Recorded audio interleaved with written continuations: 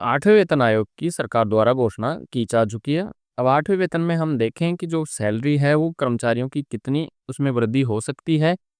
यहाँ हम एक तुलनात्मक अध्ययन करते हैं 7वें और 8वें वेतन आयोग में जो सैलरी में है कितना फ़र्क आ सकता है। अभी जो रिपोर्टों के अनुसार चल रहा है वो जो फिटमेंट फैक्टर है जिसके अनुसार हमारी बेसिक तय होती है हर वेतन आयोग में, वो लगभग 2.46 हो सकता है। तो इस 2.46 के अनुसार ही जो सैलरी में ये अंतर दिखाया गया है। तो जैसे हम देखें लेवल 1 में जो 7वें वेतन आयोग में बेसिक सैलरी हमारी 18,000 बन रही थी, वो 2.46 के अनुसार 8वें वेतन आयोग में लगभग 44,280 बनेगी। इसी प्रकार लेवल 2 में 19,900 से 48,974 8वें वेतन में। इस प्रकार हम देख सकते हैं सभी लेवलों में जो है काफ़ी अंतर आएगा। चाहे लेवल 5 ले लें, 6 ले लें, जितने भी लेवल हैं उनमें सब में काफ़ी अंतर आएगा। तो हम देखते हैं ये जो बेसिक है हम फिटमेंट फैक्टर के आधार पर किस प्रकार हम अपनी बेसिक ज्ञात कर सकते हैं। अब हम बात करते हैं 8वें वेतन आयोग के अनुसार हमारी जो बेसिक है अनुमानित सैलरी होगी वो कैसे हम निकाल सकते हैं फिटमेंट फैक्टर के आधार पे। तो जैसे उदाहरण के लिए हम लेते हैं जो राजस्थान में अध्यापक की होती है सैलरी जो प्रोबेशन के बाद होती है उसकी बेसिक के अनुसार कैसे सैलरी निकालें। तो जो बेसिक निकालने का फॉर्मूला है वो यही है, जो वर्तमान में आपकी बेसिक मिल रही है वो उसको फिटमेंट फैक्टर जो भी अनुमानित है, जैसे अब इसमें मान रखा है 2.46, उसको गुणा करना है दोनों को।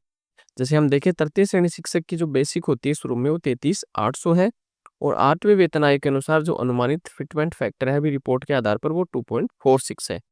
तो जो हम नई बेसिक हमें जो मिलेगी 8वें वेतन आयोग में वो 33,800 को 2.46 से मल्टीप्लाई कर देंगे। तो जो हमारी नई बेसिक होगी वो 83,148 आएगी।